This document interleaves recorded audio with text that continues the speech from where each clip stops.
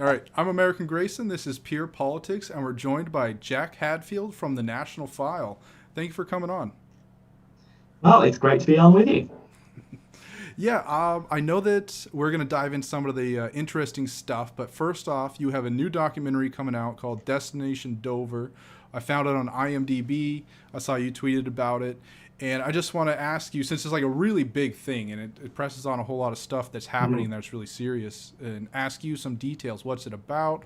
What was it like to build it, to make it? Yeah, well, it was certainly an experience. When we started up to it, well, this is my first documentary. No real experience in documentary making, but due to the way it happened, it was just sort of thrust on me during the pandemic, and I thought, you know what, there's no way I'm turning down this opportunity to one, make a documentary for myself and do some proper investigative journalism. Like we have great people at the National File, Patrick Howley specifically, who's broken a lot of the stuff that we've become quite famous for. So I thought, you know what, I'll do some proper journalism rather than just going after whatever has been viral on Twitter this day. And also the chance to tell people about what's going on in Dover at the moment, and really has been for the past year or 18 months or so, certainly almost coming up to 2 years at this point, because we really needed to get this story out there. And as I said, certainly we can go into a lot more detail about that throughout this interview. But yeah, it's really quite astonishing what I found there, and I can't wait to show the world exactly what I found. Well, what is going on in Dover? I'm an American, obviously. I Hmm. don't know. Well, to put it simply, what we're seeing in Dover is the delayed effect from the migrant crisis that started back in 2013, 2014, with migrants coming across the Mediterranean. Britain was protected from that wave of immigrants. But now they've started coming across from the European continent and making their way over to Dover on various dinghies and little vessels, and are now plonking themselves right down in our heartland. And as I said, there's certainly been a few key reasons that I obviously will divulge more in the documentary, which I encourage everybody to go out and see as soon as it comes out, which should be anytime soon. Really, we're just dealing with a few technical issues just on our back end, but as soon as we get that sorted, we'll publish it up. It'll be up on YouTube and Band.video, and probably a number of other alt tech platforms, just in case YouTube doesn't like what we're talking about and like they were actually revealing the truth of this. But yeah, we saw, absolutely boatloads of migrants, being brought in and literally escorted by British border force onto the soil of this country, and then propped up in a camp down near Folkestone, which is just down the road from Dover, and then deposited in hotels and other accommodation across the country. It really is incredible to think that this government is actually facilitating this illegal migration and not even just letting it happen. They are, in fact, if it wasn't for them bringing the boats in, it's possible that many of the migrants may not have even made the crossing themselves. So this government, which is supposed to be a government of law and order, the Conservative Party currently ruling, they are bringing these migrants over. And as I said, we spoke to the migrants themselves. We spoke to the activists who are there, and the independent citizen journalists documenting these crossings. And it really is astonishing, certainly the footage that you'll be able to see as soon as the documentary is released. Wow, wow. I remember seeing there's a lot of not your footage, but a lot of just amateur Mhm. footage from years past. People going out to the shores over there in Britain and filming boatloads of people being brought in. So Mhm. has this been going on for some time? Because I remember seeing videos from years ago of this type of stuff happening. Yeah, well, as we noted, there's a few people who've been specifically following the crossings. Migration Watch UK is a fantastic source. They're basically Britain's biggest anti-migration pressure group. They're the ones who keep watch over the government in terms of what they're doing with migration and tracking the figures, because as we'll find out, there's certainly the government can fiddle with the migration figures in certain ways.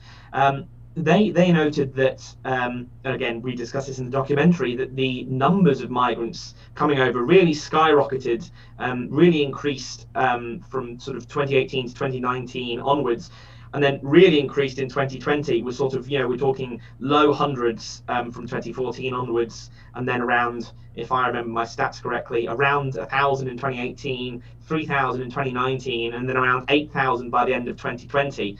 And they're still coming over here in 2021, even though we thought Britain's exiting of the European Union fully on December 31st of last year may have put some stop to that. But no, they're still coming over now, and the numbers still aren't abating.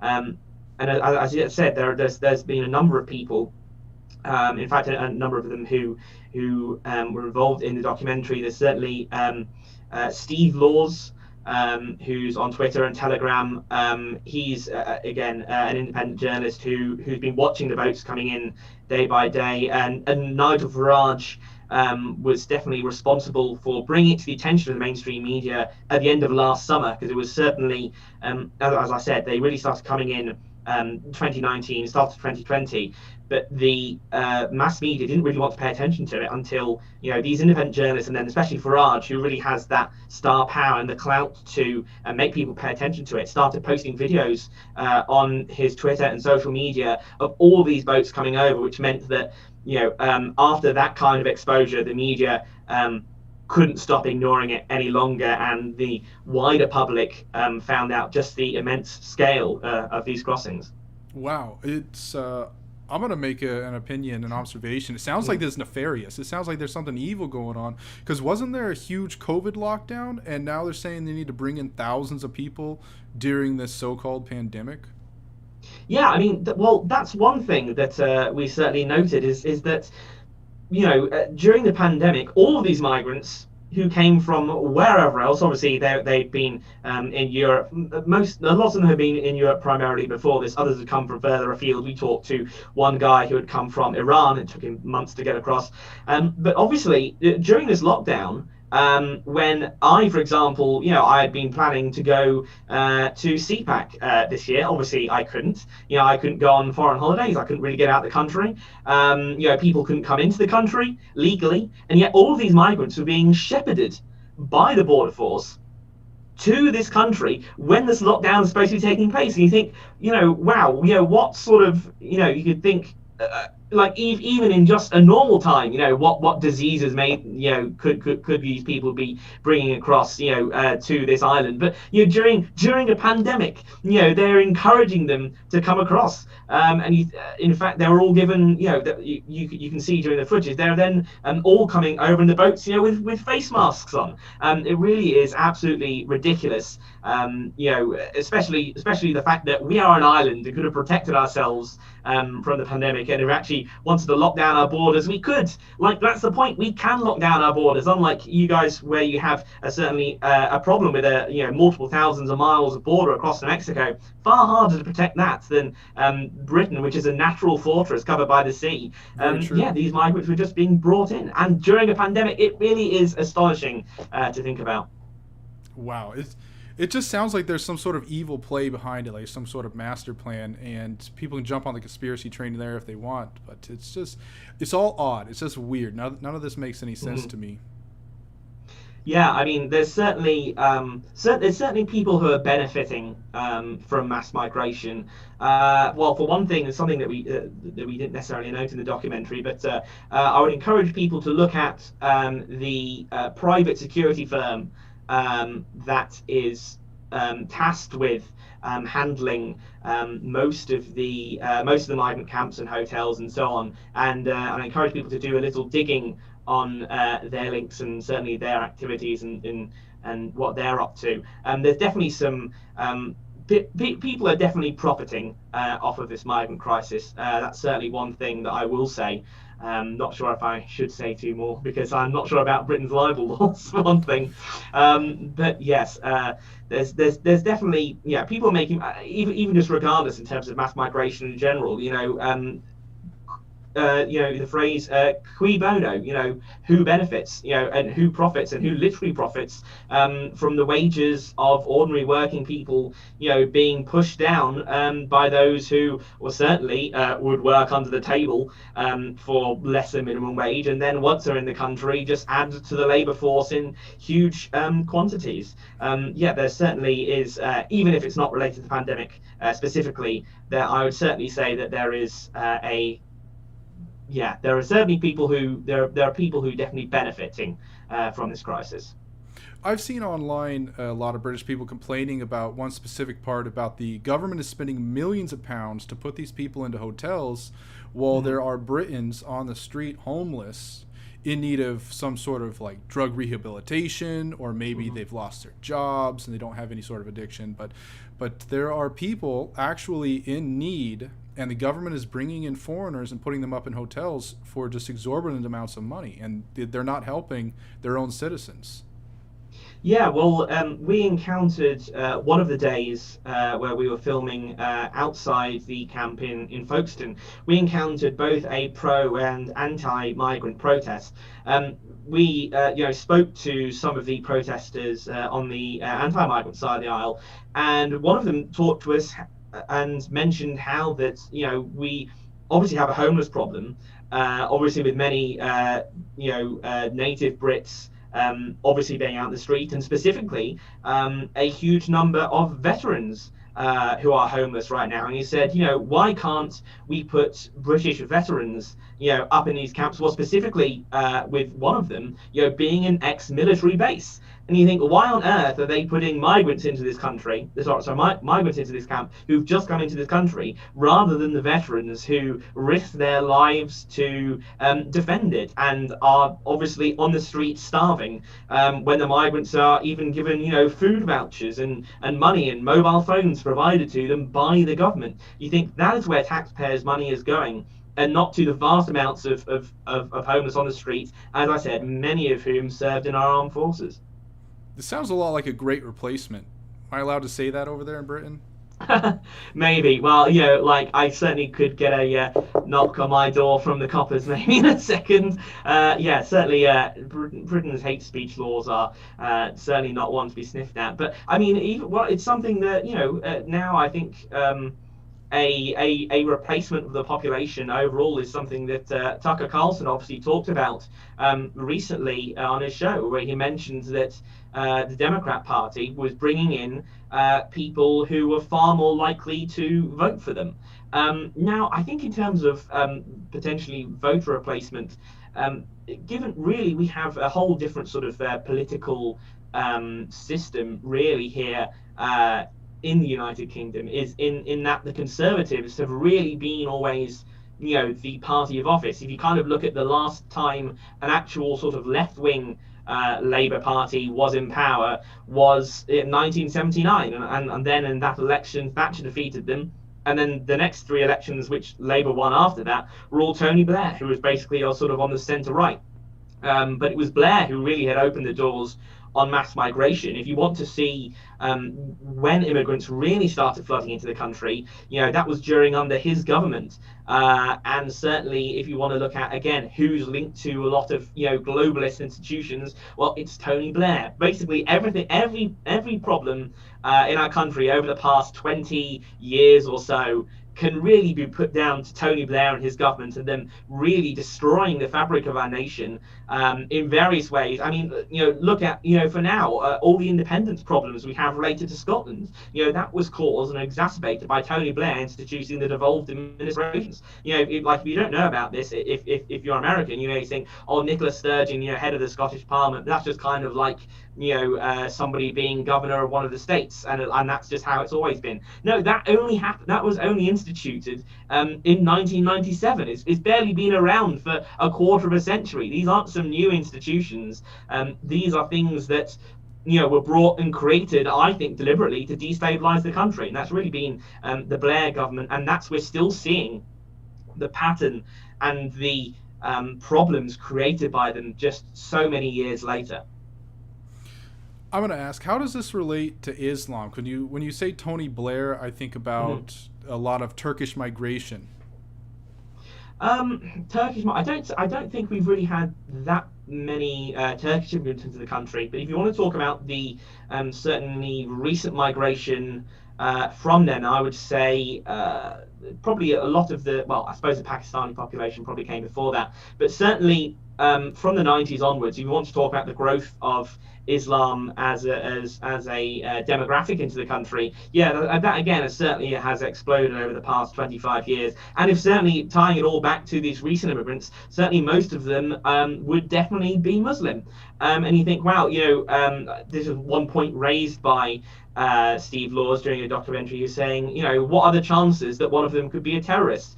Certainly, obviously, this was more fervent during the time when ISIS was really active, but obviously, Islamic terror groups never really stop.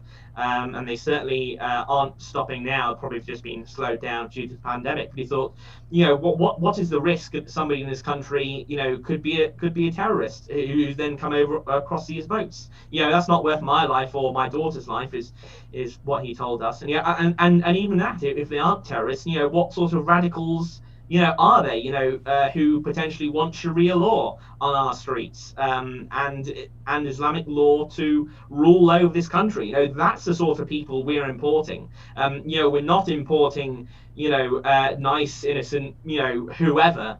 These people come from backwards countries and probably, will contain a lot of backwards beliefs with them. Douglas Murray, he wrote in The Strange Death of Europe, which is a fantastic book that I'm currently reading right now, even though I'm maybe 5 years or so late to the party on that one. Really, really went into detail on the prevalence of Islamic immigration that's affected the UK and Europe as a whole. So certainly, if you want to look into more detail on that, I recommend anybody here who hasn't read The Strange Death of Europe by Murray to do so. I have a lot of Brit friends years ago before everything got too insane. They were really concerned about the Polish migrant workers, but I never Mhm. got the feeling from them that they were worried about Britain being turned into miniature Poland. But now Mhm. with the mass Islamic immigration, there is this big worry that it's going to be turned into a miniature Pakistan, miniature Saudi Arabia, Mhm. one of these miniature Arab Islamic nations. Well, yeah, I mean that's certainly one thing.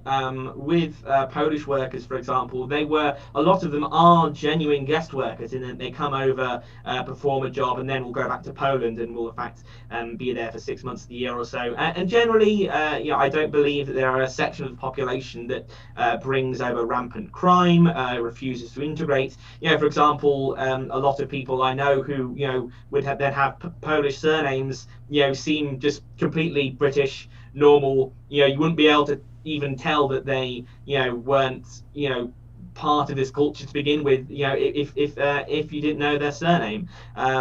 Yeah, there's certainly. I think the Polish immigrants certainly have settled into have certainly integrated quite a bit. Although, of course, there's still the worry. I think there is certainly some crime and sort of organized crime and gangs related to that.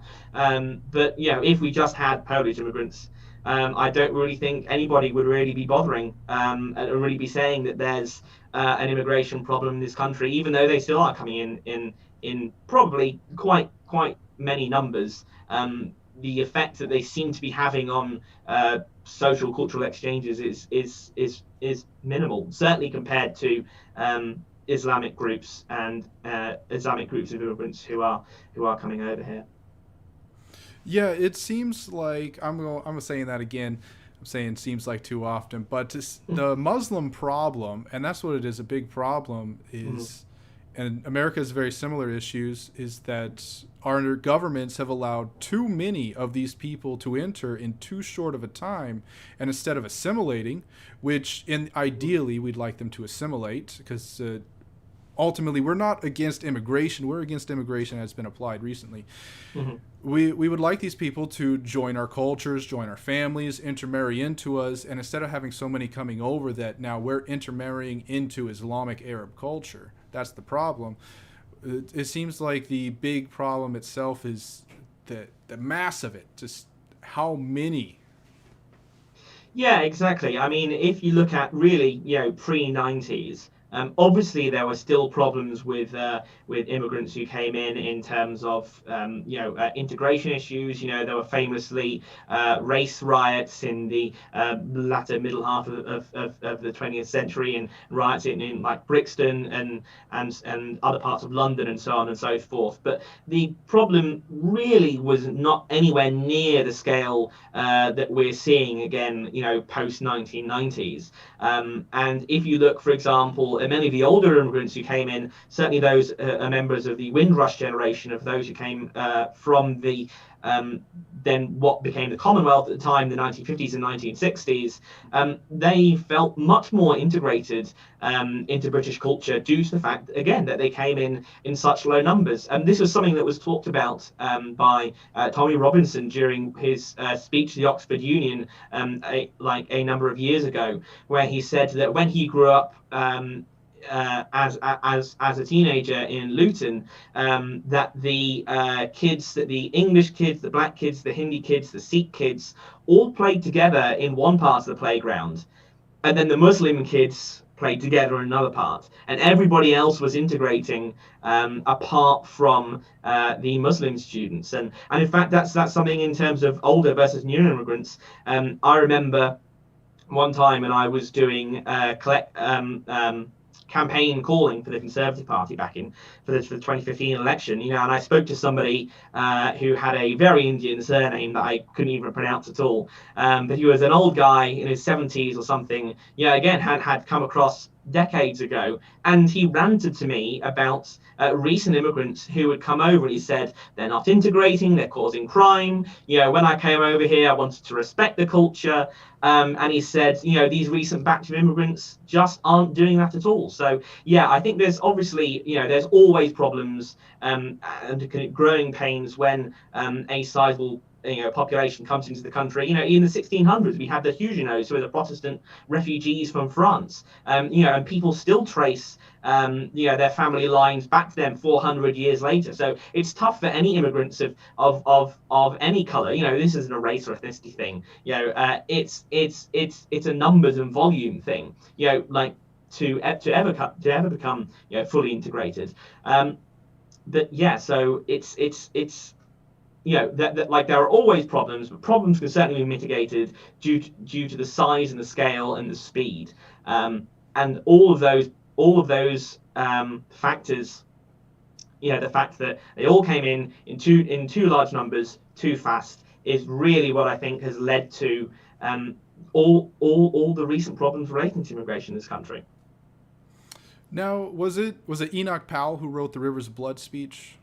Yes, it was. Yeah. 1968. Yeah. Was he right in the long run? Well, I don't really think he was part right in that. Obviously that he noted that there will be problems with immigrants, due to the numbers, and in fact, where he said that there was a street where he famously said that there was a street where there was only one, white British woman on the street, and this is something that Douglas Murray noted. He said, that the media mocked him for saying that that street didn't exist and couldn't exist. And of course, we have that. Such a street would certainly exist in Britain today. But the stuff that Powell talked about was a lot more to do with race relations. He thought there would be a serious breakdown between members of the black and white community. Something that really hasn't happened that much in the UK. As I said, most of the strife has been down to Islamic, specifically Pakistani communities. Obviously, if you want to look at the rape gangs from the 2000s, like in Rotherham and other areas of the UK, they were all Islamic Pakistani men. Again, groups that Powell didn't really talk about, and again, we thought it was far more of a race issue. We are starting to have sort of a greater split between the black and white populations in this country, but that's only been over recent years.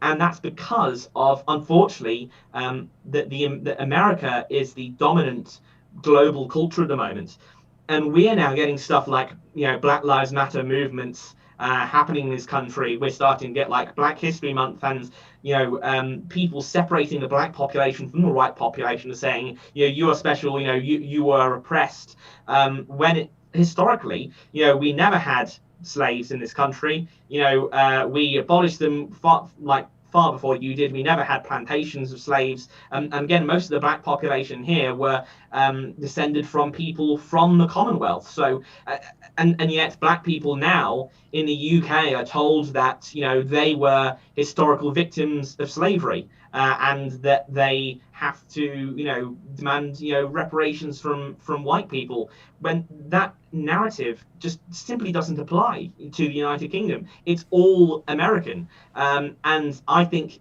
the American media and the American sort of BLM leftist racialist movement is stirring up and causing trouble in the United Kingdom, where there was racial harmony really before that. That's 100% true that America is the dominant culture, and a lot of these BLM problems have been exported from my country. Unfortunately, I apologize for that.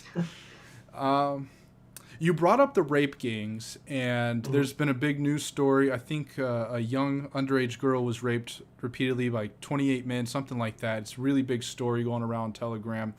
And the comments basically are saying a story like this would have transformed Britain decades ago. It's just so horrifying and just disgusting. But now, because everybody's been so desensitized that it just happens all the time, nobody cares. And it's completely heartbreaking.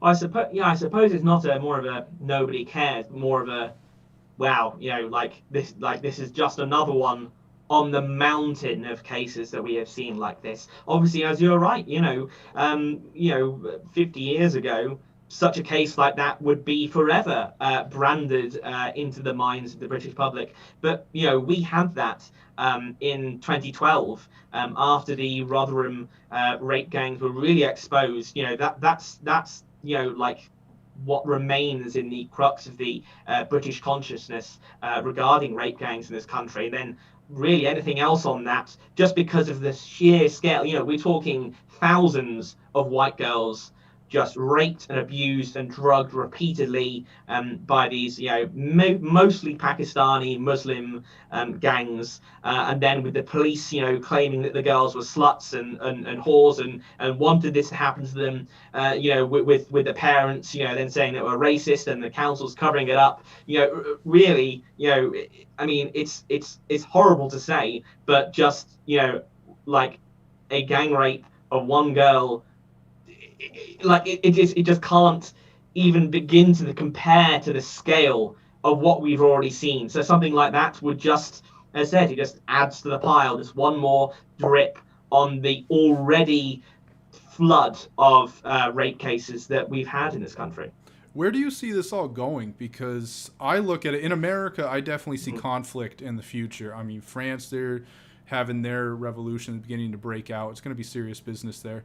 But for Britain, I mean, all these problems, like, how do you see the future ending up? Is it going to be a leftist utopia? Is it going to end up like France? I'm not sure, to be honest. I mean, in terms of sort of revolutionary or conflict things breaking out, the thing is, Britain is a remarkably politically stable country. We simply don't have revolutions here. That is not the done thing at all. That's why we've been able to maintain the same parliament. Obviously, our constitution, some of the founding documents date back to the Magna Carta of 1215. We have this longevity due to the cultural and political stability of the country. So, but I do think that there will be changes, and obviously there will be some political instability in the future. Obviously, Brexit was really the first big sort of fight back of people against the establishment. But in terms of political change, as I said, it's hard to say because we don't really have any. There's no real democratic way of any outsider of any form really taking charge. Brexit only happened because that was a referendum, and that was a direct democratic vote, yes or no, one way or the other to the people. That's something that we don't have. We have the first past the post political system. Unlike again most of Europe, which is then has a proportional representation or some other form of alternative vote. And then obviously in the United States, while you still have first past the post, your parties are very easily infiltrated and obviously down to the grassroots. Like we couldn't have a situation where like a Trump or so figure came in to try and lead the Conservative Party because Trump was voted on democratically by the people overall. The party was just forced to accept it. That's not what happens here. So in terms of institutions and people maintaining their grip on power, let's say if anybody else, if the entirety of the West was to fall, Britain would be the last to go. I don't know if you've ever seen A Few Good Men, I think it is, the film where everybody stops being fertile and no more babies are born. It's like the entire world goes and collapses, and Britain's basically the last one standing. That's kind of what I would see in terms of that the establishment of the powers that be would certainly hold on far longer than any other country in the West. Yeah, Children of Men. That's the movie. I like that one. Yeah. Children of Men. Sorry. So I kind of picked up a little bit of monarchism, like the support for the monarchy coming back. Yeah, well, I mean, I think again that's probably one of the reasons why the UK is so politically stable, because we have the monarchy. Although I am slightly, I was about to say I said I'm going to be slightly concerned when Charles comes to the throne, even though I personally like him. He's not that very popular. I think the only reason it's really survived, over the past, since the 20th century is the fact that Elizabeth has been on the throne. Obviously, she's a very popular monarch. I could certainly see Prince William and Kate again being very popular, because you can tell that they're willing to sort of change with the times and sort of carry on. But I think Charles could certainly cause some issues for the monarchy. If there was ever going to be a time where Britain became a republic, it would be under his reign, I think. But hopefully that's it's still a few more years into the future. Obviously the Queen is getting quite old now, but her mother lived to be 100 and something, so here's hoping is all I can say. Now, in my opinion, a lot of problems in Great Britain were pretty much started when all right, we're lagging a bit, but I'm gonna keep going. It started when the monarchy gave up a lot of their power to the republic, which is becoming more of a democracy, and became glorified celebrities in a way. They get a lot of tax money. They get a lot of power from their monarchy stuff. That's how I'm going to describe it. But they don't actually rule.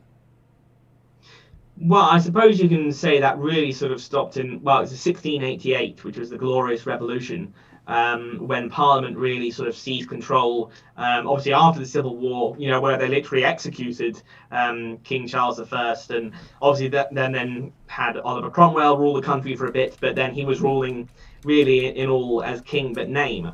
But just a dictator then, a republic. And then Charles II came in, and then James II, his brother, again was forced off the throne when William of Orange came over and took over, when he was sort of invited by Parliament as the Protestant king to replace the Catholic James II. And yes, that's where you can see Parliament really took control. And then, but after that point, that's obviously when it shifted. But you can say that but whether you can say, well, that's dating back to 1688, you think, okay, well, probably a lot of the problems in modern society in general, dated from around the Enlightenment or that time or so. So yeah, I suppose the monarchy being a figurehead is probably, the only real reason why they've survived so long for today. Well, you understand it a lot more than me. I'm a pretty big supporter of the monarchy. I'd like to see them come back with a force and just fix their country with an authoritarian hand. And in America, we don't have that type of history. We don't have history of kings and queens and a monarchy. So I think it'd be a lot more difficult for us to fix our country. We'd probably go the Roman route, to be honest. yeah, go full, senatorial, I suppose, or even Julius Caesar. Yeah. But you guys have a strong history to rely back on for if Mhm. because for authoritarianism, for the argument of having a strong monarchy, a king or a queen who's willing to do what needs to get done, because there a lot of these problems are not going to be fixed by a vote, especially with all the migration coming in. A lot of these people, they are getting the vote, they are getting the passports, so it's you want to put it up to the people. They're going to elect people that look like them. They're going to elect other Muslims. They're going to elect uh, the Yeah. races and the nations that they came from. So uh, the monarchy may be the only way, in my opinion. Yeah, perhaps. As I said, in fact, that there was again, this was something that was noted in the Strange Death of Europe, where that you're starting to get now. I think specifically in Germany, the Netherlands, and around that region, you're starting to get Turkish political parties sort of come up representing Turkish immigrants. And then sort of advocating for Turkish stuff. And obviously, this was fully encouraged by Erdogan, obviously, to then so then he can sort of have a proxy influence of power if these people then get elected, and certainly in large numbers. But again, as I refer back to my earlier comments onto the political system, it's very more likely that we're going to absorb sort of these immigrants like into the main two parties, and then sort of probably still, which means that if you then get a power grip over those parties, you could still then be able to maintain control over the rest of the country. There was a video recently of a guy called Tiger Patel or something or other, Tiger something, where he stood as a councillor for the Conservative Party in like Bradford or something in the recent local elections last week, and obviously he was then elected in by quite a significant number. So that's an example of where you can see the established parties utilizing that immigrant vote and that base for their own purposes. And I think that would certainly continue for a far longer time than you would start to see immigrant bases either trying to capture the party or daring to set up a party of their own. So as I said before, all of this is likely to happen far elsewhere in Europe and certainly America than it is in the UK. I get the feeling you have a very hopeful outlook for the country. Yeah, well, it's more that obviously, well, it's sort of almost half depressing because then you think, okay, well, then actually no political change would ever come sort of from our side as well, because it's very hard to capture the parties, very hard to institute the policies that you want to. Like for example, we are getting some good stuff with the Conservative Party at the moment because they are pivoting to try and capture sort of the culturally right wing, culturally conservative voters, and they are pivoting that way. But then they're doing other stuff which is completely anathema to what we want to do. So I think perhaps let's say everything goes to pot in one of the other countries like America, then perhaps we can then follow suit and get a based right wing government in charge finally. So America's the leader. That's what I'm hearing from Yeah. you. Well, it's true. It said America has been the leader in shipping leftist politics over to us. So if America changes, America perhaps could be the leader in shipping based politics over to us as well. Well, thank you, thank you. I appreciate that little compliment right there. It's a double-edged sword. So we're going to move on to the final subject, which is what is it like to work at the National File? I know you're one of the most prolific writers there. Every time I see a news article come out, usually it's your name on there. There's other people, but you're like there all the time. Yeah, no, it's been great. As I said, I've been with them since we started back in August of 2019. So it's coming up on 2 years, obviously at the end of this summer. As I said, it's been fantastic to work with the National File. Obviously, my editor, Tom Pappert, and he's fantastic. And obviously, Pat Howley, who as I mentioned earlier, does such great investigative work. As I said, on a number of things. Obviously, there was North Carolina with a Democratic senator who was caught having an affair. Then we published Ashley Biden's diary. Said that's all thanks to the team that we have here. We're taking on a number of new younger people now. As I said, like at the National File. So it's a very youthful feel to it. We're all sort of really in our late 20s and then below. So yeah, it's great to see this thing, which is really I suppose younger millennial driven news outlet. Yeah, I only have good things to say, and I'm so grateful that Tom gave me the opportunity to work for them. Yeah, I've seen your stuff and the National File stuff. I think President Trump, actually put out a couple articles. He retweeted them. And I've seen senators, congressmen, they've referred to them as well. So the National File is like this big mainstream organization now. It's awesome. Yeah, no, it's fantastic to see. As I said, we really started, barely that long ago, and we're now, I think, within the first 6 months or so, we put out an article noting that we were beating so many people who'd been there for longer in metrics, and that's because we put out good quality journalism, well researched, and certainly don't just spat out anything as quickly as possible as other people may do. We want to do it right, we want to do it properly, and I think again, obviously we do the breaking news, but then we have these longer pieces as well, which again I think is what people come back to read. Yeah, well, it's very high quality. It's good work. I go to it a lot as well. I'm subscribed now. Try and check out all your articles. I don't know how you guys turn the notifications on in your browser and everything, everybody. Yeah, I don't know how you guys do it, to be honest. I mean, you're getting the inside scoop on a lot of this stuff. Like phone records get sent to you guys in general. You get like somebody's diary, like you were saying. It's insane. Like, where do you get all this stuff? Well, as I said, obviously, certainly once you start publishing these investigative stuff, well, then people will come to you, because then they say, oh, well, they published X, Y, and Z, so we'll be happy to publish, A, B, and C with them. So yeah, as I said, most of the investigative stuff, as I said, is down to is not down to me. So I don't know all the ins and outs and the secret sources of it. But yeah, sure, it's thanks to a lot of hard work and connections being made by the team, and getting everything sorted behind the scenes as well. Well, I like it. It's a well-run machine. You're doing a lot of investigative journalism, and it's picking up the slack for most of these mainstream networks that have pretty much failed. They've turned into propaganda networks. So you guys are filling a very necessary role.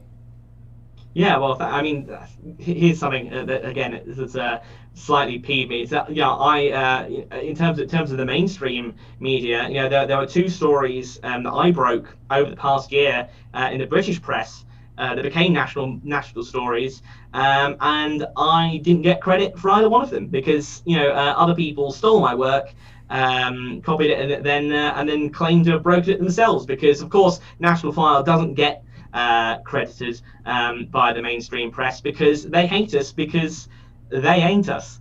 Pretty much, they think, God's, some 20-year-olds just sitting their laptop with wherever can write and break far harder hitting stories than we can, so screw them. We're not going to give them any credit. We're going to claim we got it themselves. And as I said, there's a lot of the problem with the British press, but certainly if you look at the American press, when they have some of them have been mentioned, as far as be like, a independent right-wing blog first broke the story or whatever, and then refused to name us, and not backlink, and you think, wow, which is why I have AJAB in my bio, which stands for, of course, all journalists are bastards. And that's my life motto. Never trust a journalist, apart from if it's me or Tom or Powell or anybody else at National File or InfoWars or Gateway Pundit or anybody else that does great work. Yeah, 100%. All right, so I think we're going on close to an hour. Go ahead and plug some of your social media. Yeah, well, you can follow me on Twitter, obviously, at Jack Hadders. You can follow me on Gab, at JH, and I'm also on Telegram, at Jack Hadders as well, and that's the main places of where you can find me. And how do you spell Hadders, just because it might be confusing? Yeah, Hadders. All right. Yeah, and check out the National File as well. They do a lot of great work. Jack Hadfield, one of the most prolific writers I'm gonna put it out there. You're my favorite guy on there, other than Tom Pappert. So, Thanks. so thank you so much for coming on with Pure Politics and talking about your documentary. I'm gonna plug that when it comes out. Get you some more, like 2 viewers, hopefully. So. Well, no, it's been great speaking with you. All right, thanks for coming on. All right, it's been great to be on. I'm gonna have some boomer tech problems ending this. It's fine.